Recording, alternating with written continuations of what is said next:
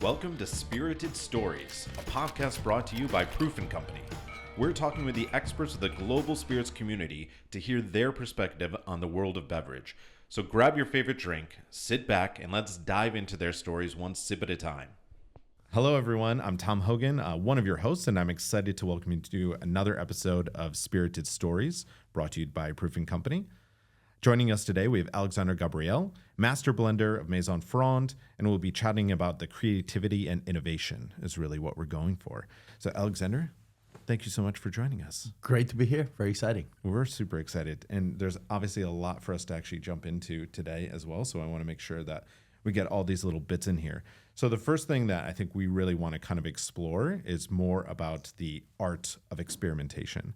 So going back a little bit to your history, you started off in the 1980s, specifically 1989 with Maison Ferrand.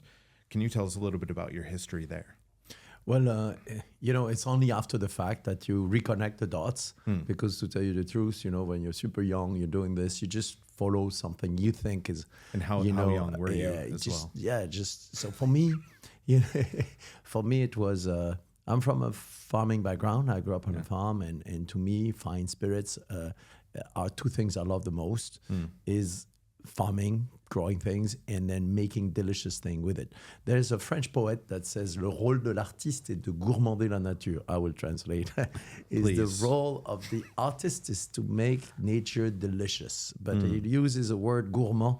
Gourmander means make it extra, delicious. And I think this is the role of a distiller. And it's been my job all along. When you make a great cognac, you're taking grapes, and we actually grow our own grapes. So we control that quality with Ferrand Cognac from the grape to the bottle. And that's the story of my life. How can we use, these beautiful agricultural products, which we grow with a lot of care and make it this delicious cognac that's going to be on the market 10, 15, 20 years later. And that's the magic. And it's the same when I created the Citadelle in 1996. We grow our own juniper berries.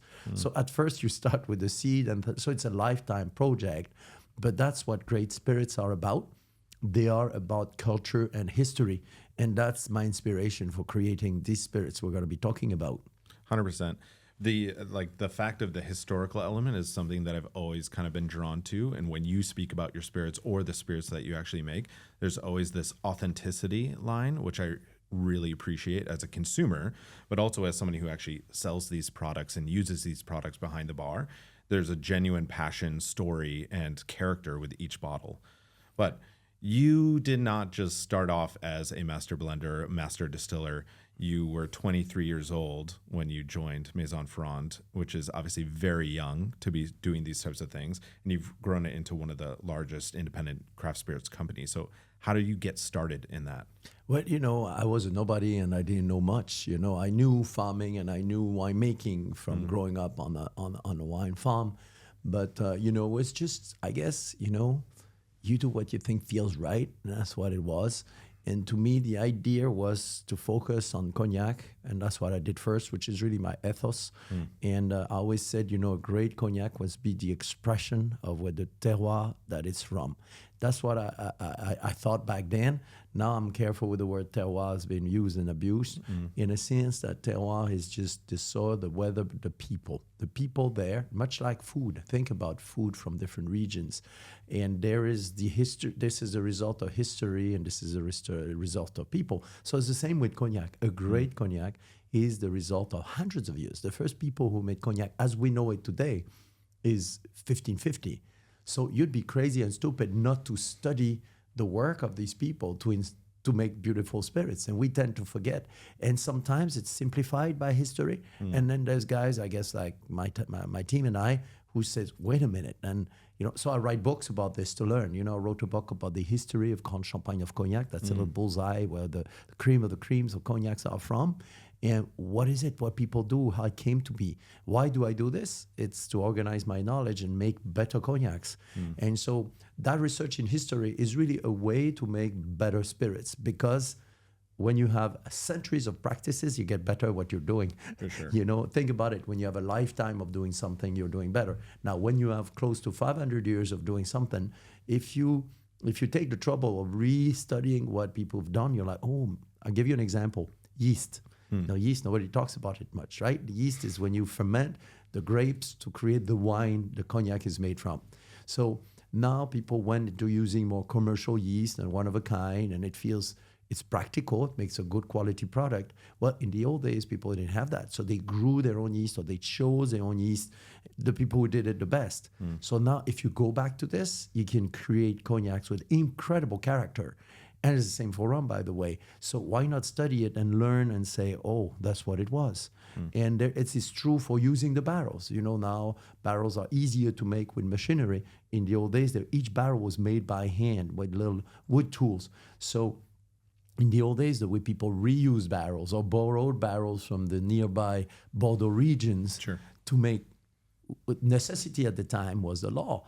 And now that makes delicious cognac. And again, I'm revisiting these techniques to make one-of-a-kind Ferrand cognac. And you were saying even yesterday, because we were talking about this as well, and I think it was kind of shocking to the group, and whereas you're getting rum barrels, it's part of like the classic tradition. We would kind of see this as kind of obscure, but some of the first barrels that would be utilized were rum barrels that were coming in, being used for cognac and finishing, aging. Well, think about it. You know, people were, in the old days, you didn't throw anything away, right? True. Like that consumption of the farmer. You have to find a way to use it. You're right. And you know, the farm I grew up with, and that was not that long ago, I grew up with my grandparents, the waste was very little. You reused, you know what you did if you had apples, whatever, or the thing of the food you didn't use, you can reuse in the land with the animals and so on. There was very little waste. Now, people recycled everything just out of necessity. It was the same for the producers. Why do you think the finishing that whiskey's talking about now now it's a fancy technique, but it was a reuse of barrels. Now, cognac was key of doing this because think about it, for people who have their geography, you know, about France, Cognac and Bordeaux during Roman times were the same wine region. They went different routes in the 1500s. Cognac started distilling, making the beautiful brandy, and then Bordeaux stayed with still wine. So we are right next to our friends from Bordeaux. I mean, it's 1 hour, half an hour, 2 hour drive, you know, for the furthest. So when they're done with their barrels, because they got a little bit exhausted in the wood content of the barrel, what do they do with the barrel? And then Cognac took them for another life. Because if you have a beautiful Pauillac wine and you put your cognac in there, cognac is made with wine, it's going to draw a little bit of it, and like a finishing for the fine whiskey consumers, they will understand. That was the heritage of cognac. Whiskey went on in it, you know, at a later stage. So that's, again, things that we can draw from heritage and history. That was a forgotten technique that my team and I really studied by talking to all master blenders who, I think, Cognac has one of the highest life expectancy. We like to think it's the air.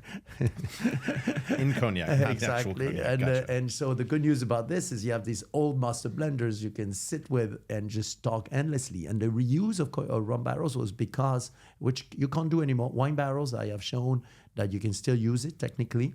But rum barrels, you can't anymore and call it cognac. You have to call it eau de vie de vin. But why people use them? Think about it. Bordeaux is the main city right next to Cognac. Bordeaux had all these barrels of rum that were imported from the Caribbeans. When they were emptied and bottled. So the Cognac guys were like, oh, nice barrels. And why wouldn't I use these? And why would I use that? And that then came they out of them. started, and they realized that a very old cognac has a little exotic notes.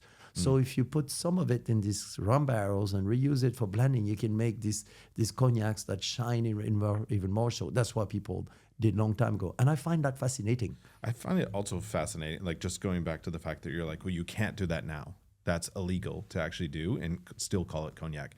Yet that is the birthplace of what cognac was.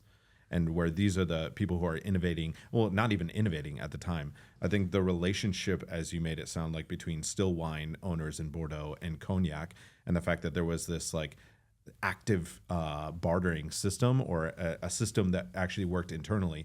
From a consumer today, they're not seeing that type of kind of relationship between the cognac world. They see a luxury bottle, they see a luxury spirit that is to be more for celebration, when in fact it's really farmers trading things behind the scenes that kind of make these things come about. So I think that's really interesting. But the fact that it's more about the laws around what cognac is, and like how did we get so far away from what it was initially to where it is now, to where that's illegal? it's always a balance, right? And it's always decided by the majority. And sometimes think about it.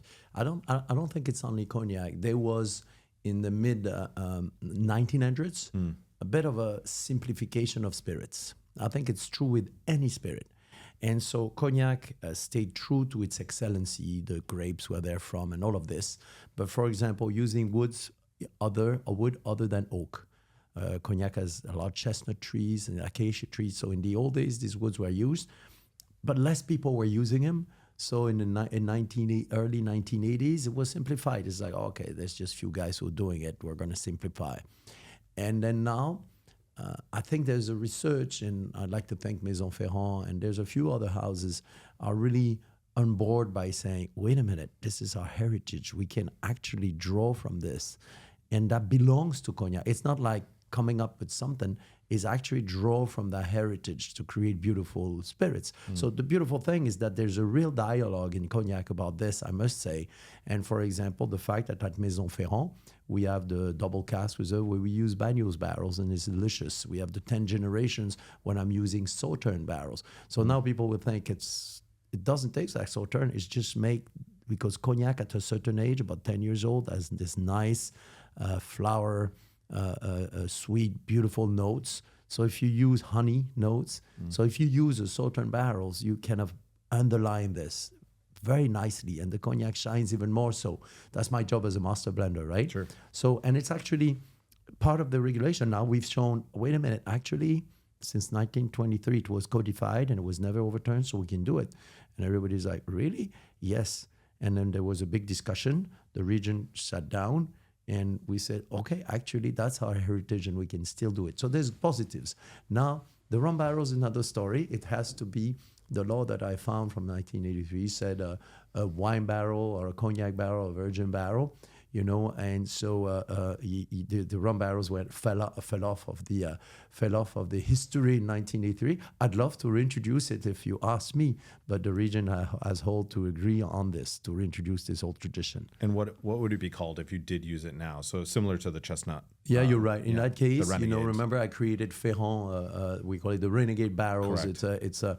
It's a because which is actually linking back to old traditions. We have to call it wine distillate. Wine distillate, because we are a wine distillate, and then we cannot use it cognac anymore. On the back label, we have to explain it's cognac aged, then it's called in such a barrel and becomes a wine distillate. But that's what it is. And I love to share. We have people who are passionate as much as we are about experiencing all these different expressions and this research in history to create this limited editions, obviously. But because my job is for you to have your taste buds have a party. That's my job, right? I want your taste buds to be like, wow, man, this is delicious. What are you doing? Or I'm not surprised about this. That's my job and my team's job, right? So again, remember the link to history is to research that history because, and same way, by the way, by talking with other producers from all over the world. I've worked with master blenders, master distillers, 60 of them or 62 of them in my lifetime. Professional lifetime. Why is it? I'm like a bartender who's doing a guest shift at another bar where I'm doing guest shifts at other distilleries. Last week or the week before, last week I was in Fiji doing that, and the week before I was in Scotland with Fetter Cane and RBK and different distilleries just learning.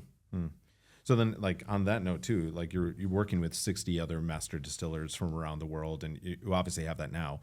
But how do you get started doing that? How do you you don't just walk into a cognac distillery and say like, hey, let me start blending. So it's like, how that happened, what I did, historically, how I ended up with this, I studied, I grew up in a very small community and I wanted to learn English. I'm still working on it. And thank you. I'm terrible. And then I wanted to learn business as well because I'm somebody who never took authority super easily, blind authority. And I said, I want to have my own shop, whatever it is. It's farming related. And so I studied. I went to a business school, but to finance it, because I didn't have the money, I created a little company where we would help small farmers that had beautiful products export. So I worked for 9 different little companies. So I worked like a dog because, I was going at the time. Times was formal. I had to go to school with a suit because I had a meeting right before or after. And I studied in New York and then in Japan, and so to pay for this, I did that.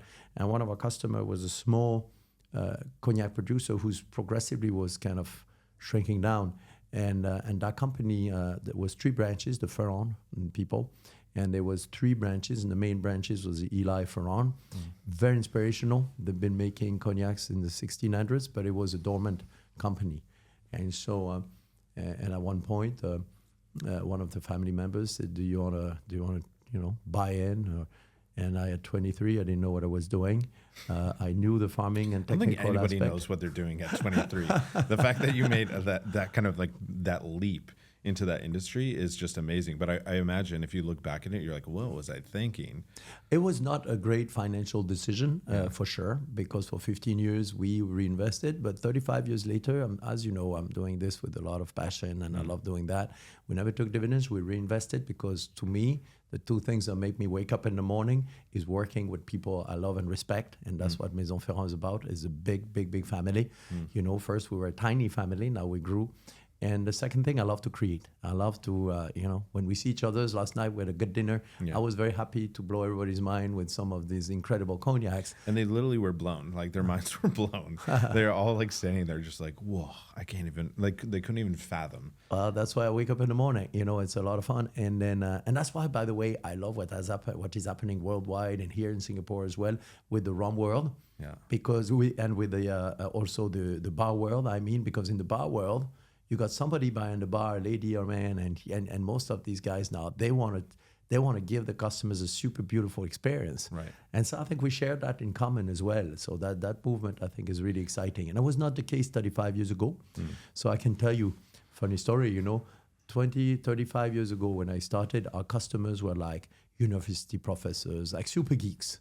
I remember at the time when people were writing letters. I wrote a letter from these guys. They were university teachers, and they told me how they got in trouble because they loved Ferrand Cognac so much.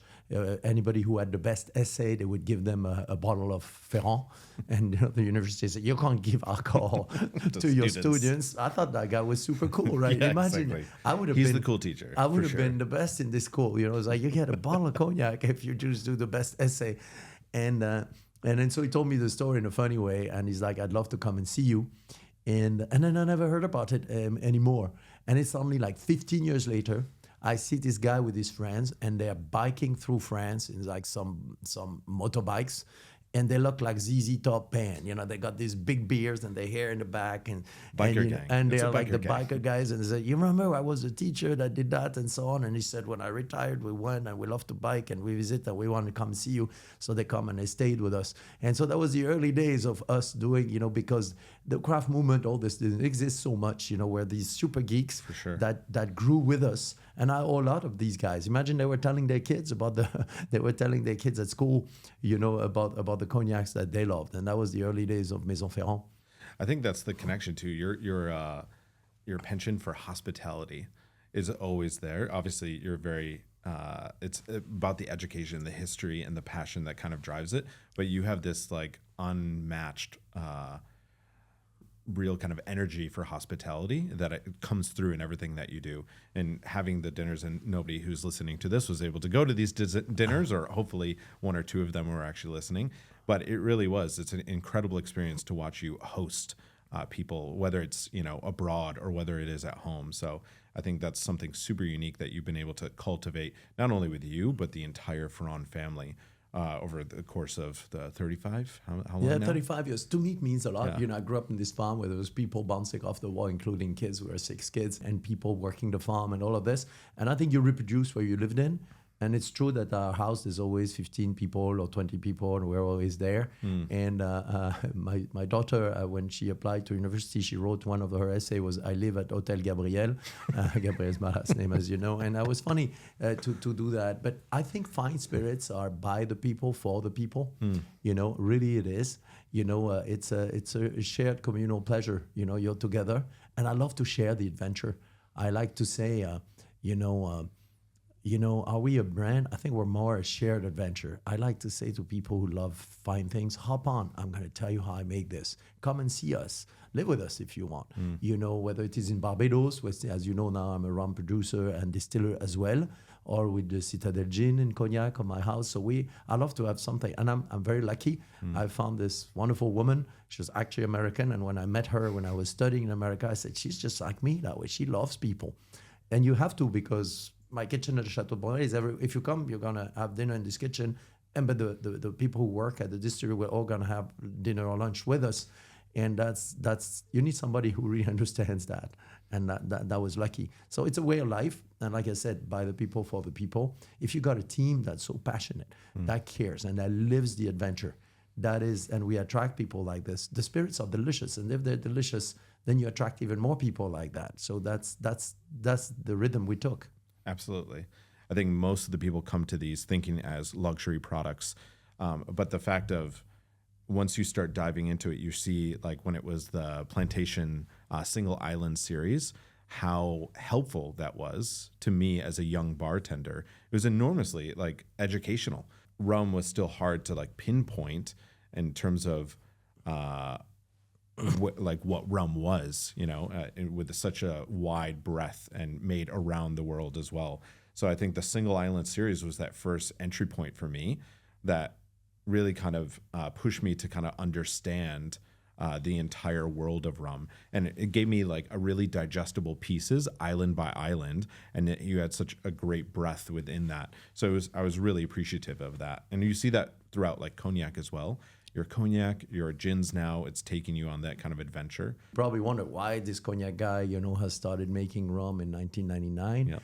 And for me was, I was selling some of our barrels, in the Caribbean, because the best rum producers love to use, Cognac barrels. So taking Cognac barrels, bringing them over. Yeah, and to age, their rum, not just bourbon barrel. 99.9% of rum is aged in bourbon barrels, ex-bourbon barrels.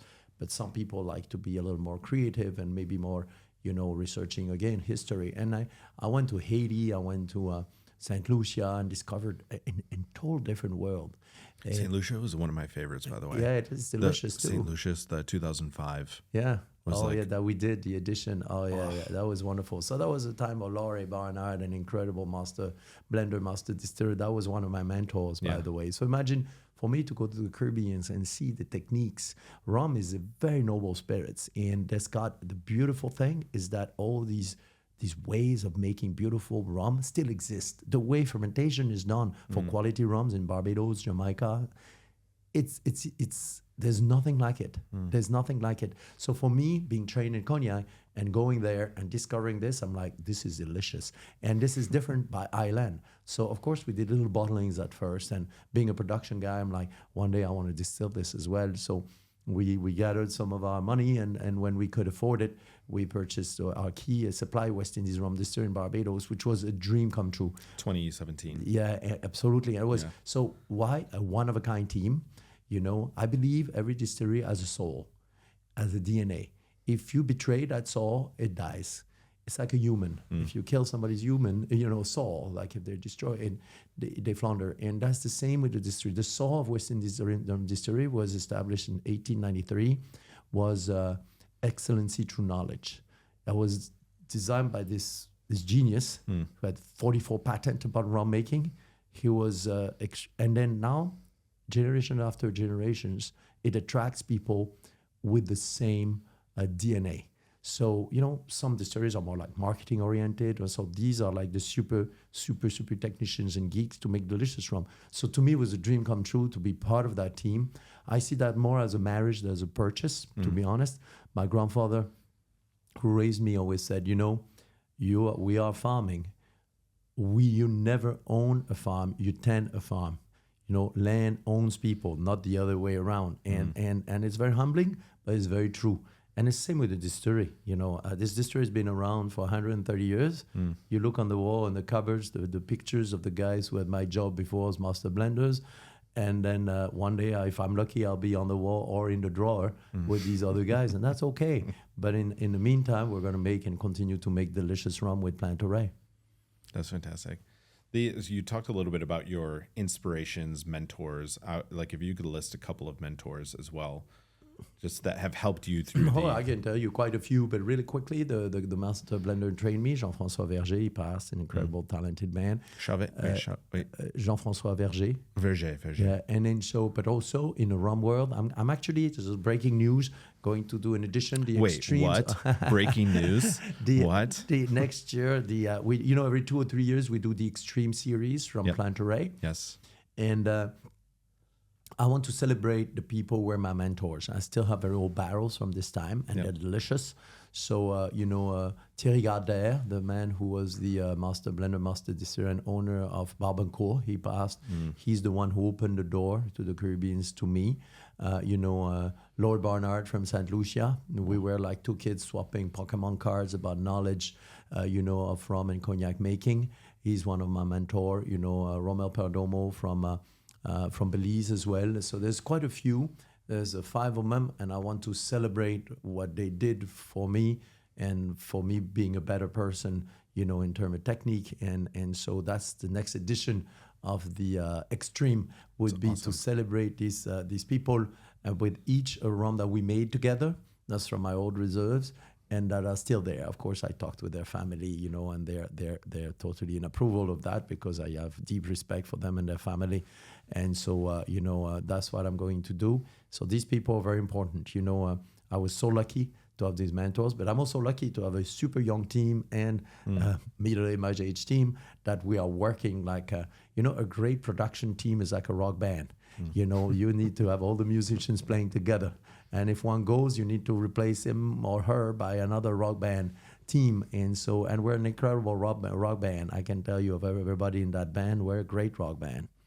It sounds super exciting. But that just goes back to the authenticity of everything that you actually do, using your past experiences to then inform the new product range as well. And I think everyone would be super excited, myself included. You have a phrase that is escaping me now, where you say you're more, not rebels necessarily, but always kind of pushing the mold in terms of what you like to do, regardless of your spirit. Well, I like to say that we're a team of misfits on a mission. Misfits on a mission. That's what it was. I was looking for the alliteration. So, Of course, I got my team in the US making fun of my accent. They say, oh, yes, I forgot we are the misfits on a mission. So that's why they make fun of me.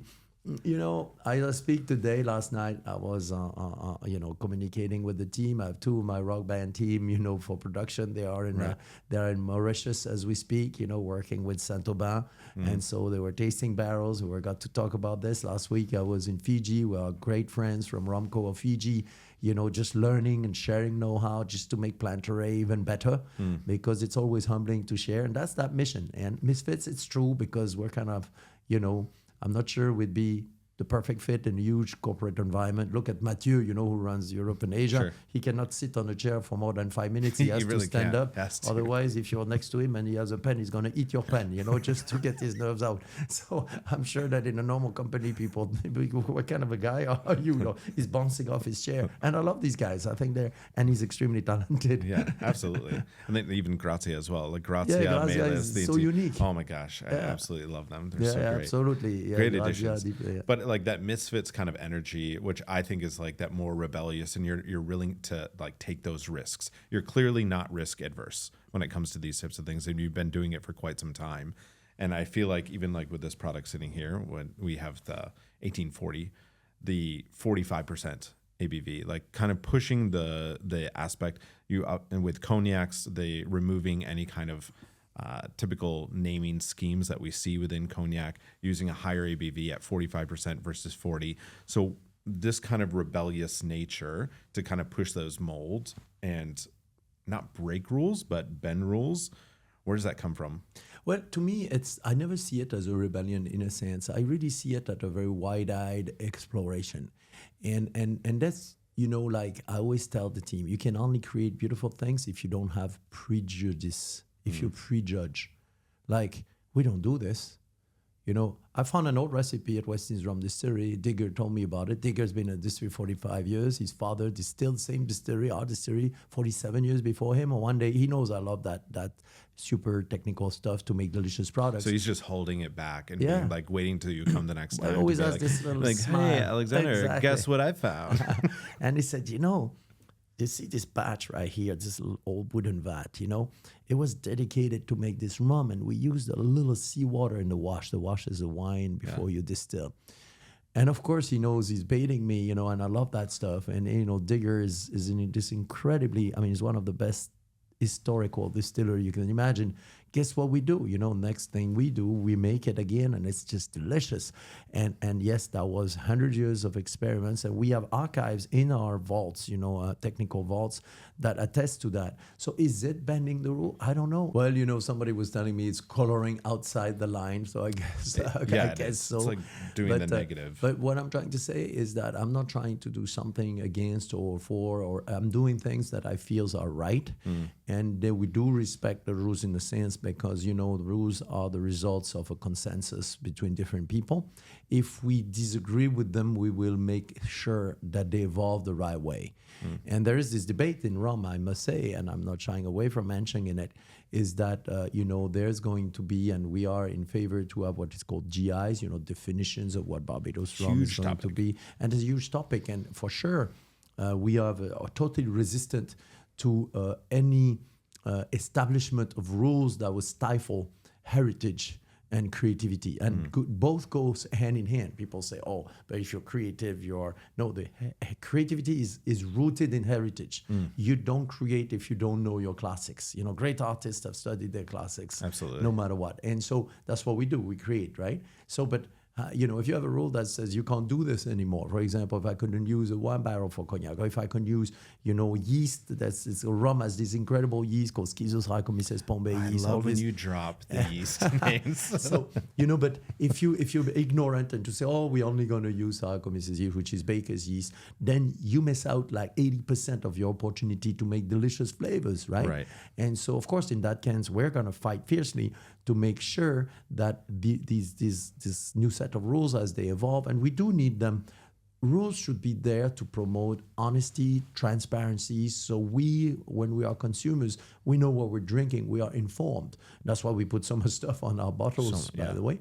And so, but they shouldn't be there to stifle, you know, and to suppress heritage or allow us to build on that heritage. Because remember, the innovations of today are the traditions of tomorrow.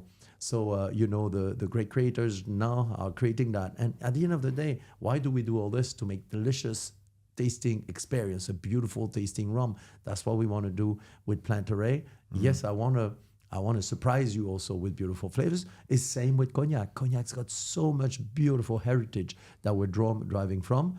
And when I created Citadelle Gin in 1996, using our own Cognac stills off-season, I wanted a gin that was really truly distilled, that had the oily texture so it doesn't burn, and yet it has the beautiful intensity and refreshness of a gin. And I could taste it, you know, before we made it. Because I'm of that generation in France, we drank too much bad gin, and I wanted to fix this, you know, badly. Lady, what is it called? Lady. There's a brand called Old Lady. Old Lady. And so, you know, and I'm like, what about making a true delicious one made with the true real juniper berries and so on? That's Citadelle. And I created in 1996. There's a great journalist I have a lot of respect for called Paul Pacolt. He was a little bit like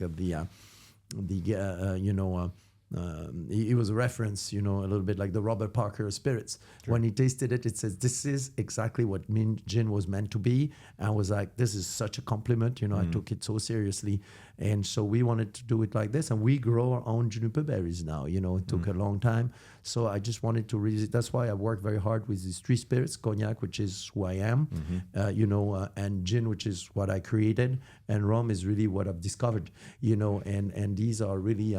really something that I want to showcase every day. If you think about the landscape of gin in 1996, and then you're thinking, yeah, it's a full throttle, full speed ahead, that you're actually taking that. But yet we really hadn't seen the gin revolution. It was in a very dusty time. And then later on, we see the absence of juniper, and we're like more flavored modern gins coming into play. And then we have the resurgence there. How like at 1996 did you like not only sustain for that long period of time, but you saw something in gin that was unique? It's funny you say this. You made me think of something. One of the award I got was by the American Distilling Institute, that they say like Godfather of gin or whatever, Yeah. and like you saw before anybody. And my speech was I didn't see anything. Isn't that so strange though? Because it really is. I could say that because it was somebody who passionately stuck to exactly what gin should be when it's juniper forward spirit, but elegantly done as well. And you maintained throughout this period of time where it's like we had the absence of like true gins. We had a lot of flavor, which was great, and it had its moment because it allowed people to kind of enter into the gin world.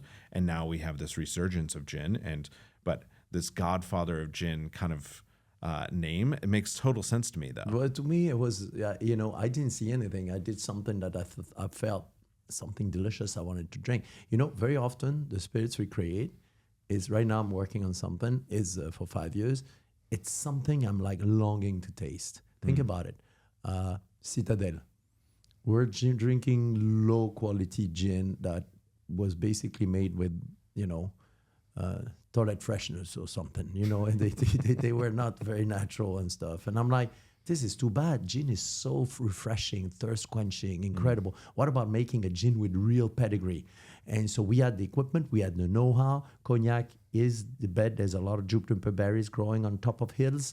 It used to be the spice of the medieval time. A lot of the traditional dishes used juniper berries, like a pate or rabbits or cooked or sauerkraut. The little bees in sauerkraut, sure. That's juniper berries.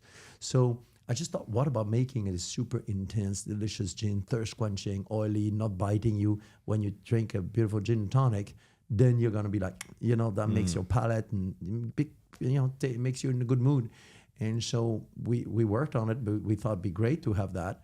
And sometimes we're a bit obnoxious that way. We think, and the rest of the world will probably get it. And nobody got it. Because, when we launched it, it was like, there was not quite of a market, of an artisanal gin, let alone from France. People were like, these are crazy. And then I presented in a lot of competition, and we won all the competition. We became like best of the world, and we're probably selling like few bottles. What really helped us, something that I like to say, there's an incredible chef now he's an old gentleman in Spain called Ferran Adrià, the man that had El Bulli, best chef in the world, and he's on TV and saying the gin and tonic is a gastronomy act. You need not a test tube, you need like a wine glass.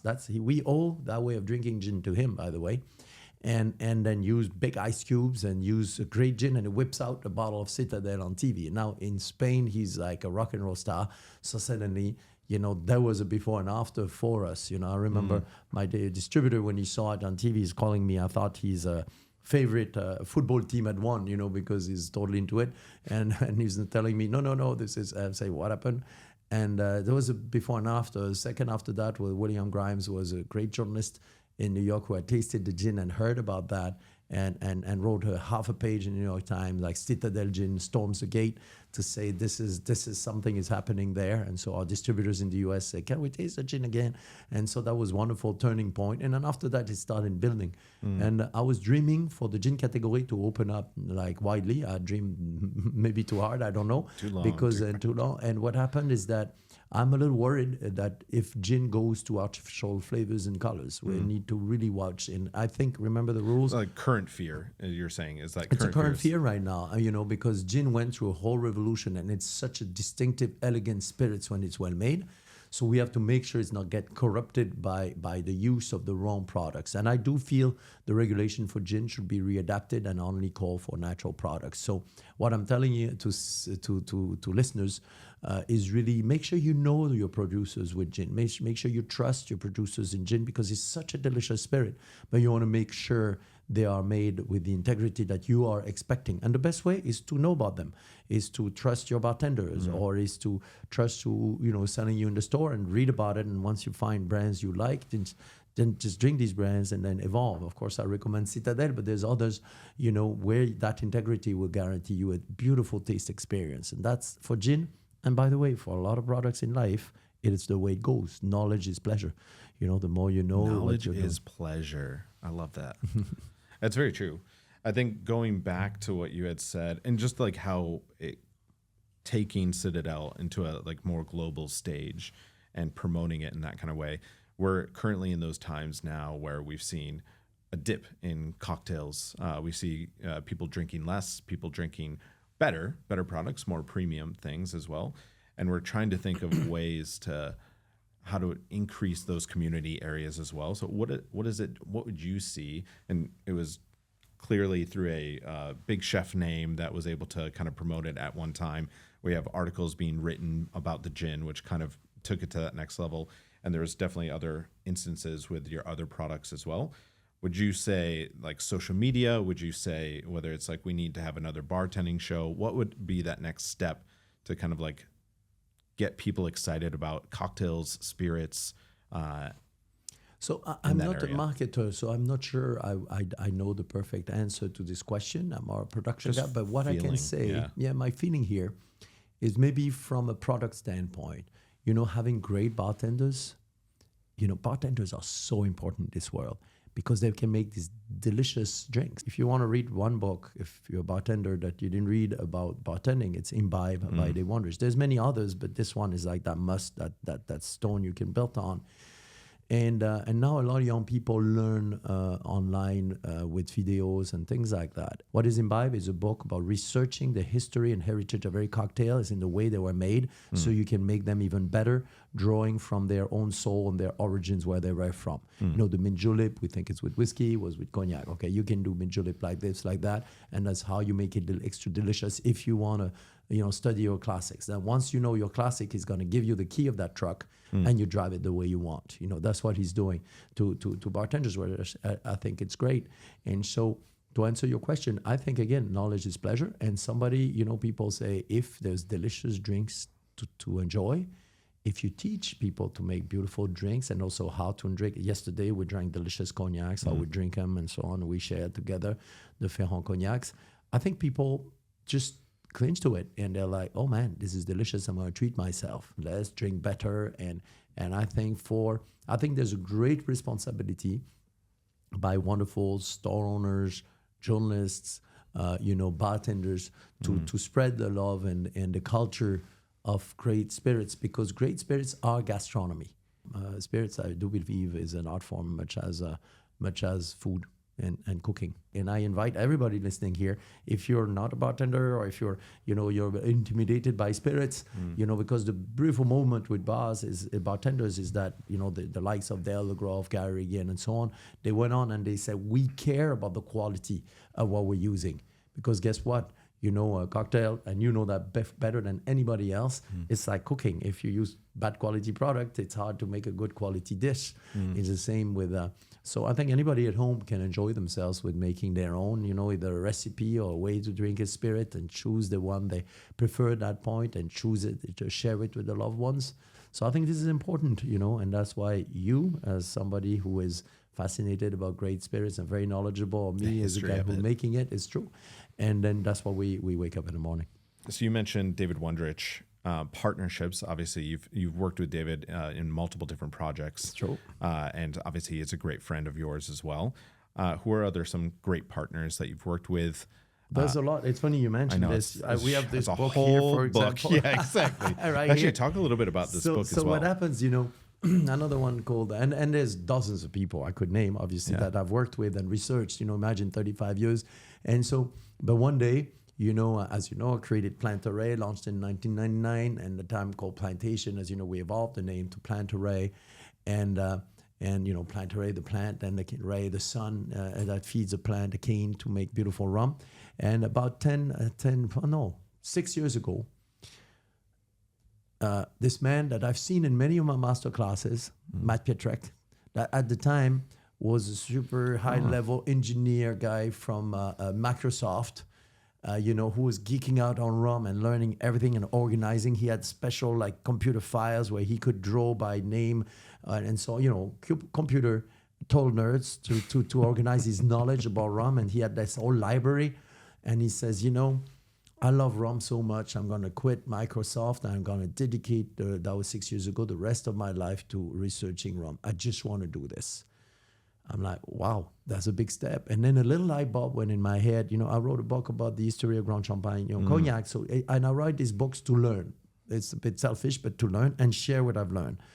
And so for me, it makes me a better, more knowledge to create. And I always felt that Navy rum, British Navy rum, that, the half a pint of rum at high proof that was given to every sailor every day was, for hundreds of years, was the mother or the father of rum as we know it today, of modern rum. It shaped some of it. And I always had that gut feeling through few things I knew. But I always promised myself one day to research it like deep dive research. And my wife and I, we have a little foundation called the Ferrand Foundation to finance such research. And so because otherwise it disappears and we're going to lose some of this knowledge. So long story short, I said to Matt, Matt, a little light bulb in my head, would you like to? I always wanted to write this book about 300 years of Navy rum. I work all the time making spirits. If you want to spend 6 months in the archives, and he's that kind of a man, you put white gloves and you turn these old pages and you scan some, but you have to take pictures and you go there. Discovery. And you're there and discovering all these old parchment that were written long time ago, or contracts between the British Navy and the local brokers, EDF man. And he went into that and said, if you're willing to do this for 6 months, I'll find the trips, the hotel to be there, and just come up with what you find. Now, 6 months later, every day he's sending me, like my inbox was full of archives, there's hundreds of years, pictures of documents that I went to read sometime with a magnifier and then spending nights going through everything he found. And he found some fascinating thing. And then 1,600 pages of archives later, I'm like, what is the true soul of Navy rum? What are like the cardinal points, or what are the pillars, technical pillars, that makes a Navy rum a Navy rum? What were the sailors really drinking? What was the proof and so on? So 4 years later, the book is out. It's a bit technical, like the first part is Matt's finding. The second part is how I make sense of it, to say that I called it the 7 pillars of Navy rum, what made Navy rum. And I found it so fascinating. Remember, research knowledge allows you to create better. I created this rum, Mr. Fogg Navy rum from Planteray, which follows these 7 pillars. And I'm gonna do a world tour, next year about this. I did a US one already, and created that rum. It took 4 years of research and 300-page book of research to be able to make this rum. It's very inspiring. They were doing wild things. They were actually double aging this rum into open vats by the Thames. Open vats, you lost to the angel, the evaporation 15% every year. By the Thames, though? Yeah, by the Thames. And so risky. Yeah, well, I did it not by the Thames because we're in France, but I have a little river cellar I have 19th century vats that are actually collection pieces. Right. But I took the top out to emulate what was done back then. Oh. So it's almost like making a bechamel on your back burner. You concentrate that rum. It's almost oily. It was delicious. So, and we called it Mr. Fogg because during the research, Matt found an incredible man that researched all his life things about, was fascinated by Navy rum. He used to work with EDF man, the trader that traded Navy rum for the British Crown. So that was for us finding the corner of the Rosetta Stone. Meeting this man and sadly, he was very sick when we met him, and he gave all this information and passed on the torch. And we talked with his family and him, and we decided to call this rum Mr. Fogg in the honor of this gentleman that actually preserved all these documents. And without him, we wouldn't know as much as we do about rum. And actually at the Chateau Bonbonnet where I live, I'm going to dedicate a room to him and all the archives that he transmitted to the foundation to just honor this man. Sometimes there's these passionate people that history forgets about, but they actually dedicated their life to one thing. That's what he did to Navy rum, and without him, we wouldn't have that bottle right here on the table and for us to enjoy. One of the things I remember on your, had to be years ago, where you blew my mind when it was like, I was asked you, what is your favorite cocktail when you just go out? And you're like, honestly, if I'm just going into a place that I just need something refreshing, cognac and tonic. something where it was just blew my mind that you would have that, and it would never occur to me to kind of do that to cognac. But it was like it just is such a genuine kind of simple home drink that you can actually do. And it's still to this day, I actually preach that when people get home, and it's like, you don't need to do everything when it comes to making it, but as long as you're using great ingredients. And then if you even just using tonic water in that kind of way, it makes a huge difference. You can, like my wife, Debbie, loves a horse neck. And as you know, I love horse neck. Horse neck is one of the best cognac things. You just cognac, ginger ale. Yeah. A little, you bitters. And a little bitters. Yeah. And you're doing this, and it's so refreshing. Oh, it's so so refreshing. rewarding. And to me, it's like she convinced me that's like the go-to, and we don't want to think too hard. And so yes, I think that's so rewarding. And it's not a lot of alcohol. You're there, you're together, we're with Debbie, and before we go into another thing, it's just a wonderful thing. It's all about experiences. It is. I think we must call it a day because we can't take you anymore for another hour if we can. Well, thank you, Tom. It's a great pleasure to be here. It's great to be in Singapore. It's been too long. I love that city. It's always in that country. It's wonderful to be here, and I hope to see you soon, maybe in Cognac or in Barbados. Please, I will take these invitations at any time. And to any of the listeners, if you want, I always say, come and check us out. It's like when you go to a restaurant, if you want to check out the kitchen, you will understand more about the food. You can come and check out our kitchen by coming to the distillery in Cognac. Maison Ferrand, also in Barbados. Now we're open. And please come and see us. We'd love to welcome you and show you what we're about. Fantastic. Thank you so much. Thank you, man. Really appreciate you coming over. We have to have a little dram before you go as well. Absolutely. I know you love that one. I know, I really have. So we have to open up a little bit the Planteray. This is a Trinidad 2011, and it's the Kopke cask. So this is a private cask that we actually purchased in 2024, and then we just got the samples in. So I'm super happy with this one. This is something you guys selected from our stock. Yeah. And it's a creation single cask. We make editions every year, and this one is a beauty. It's a very substantial, and single cask is just a few barrels every year. And congrats. I think it's a great pick. I love it too. Ruby color. Yeah. If anyone could see this, well, they can see this later on when we actually do a video of part of it. But it was like just this beautiful little ruby hue to this, but it is absolutely gorgeous. Breakfast. That is good breakfast. That is good breakfast. Cheers to everyone. Cheers. Cheers, man. Cheers. Cheers. Thanks for joining us for Spirited Stories, brought to you by Proof & Company. If you enjoyed today's episode, don't forget to subscribe, share, and leave a review or suggestions on individuals in our community that you would like to hear from. Until our next episode, cheers.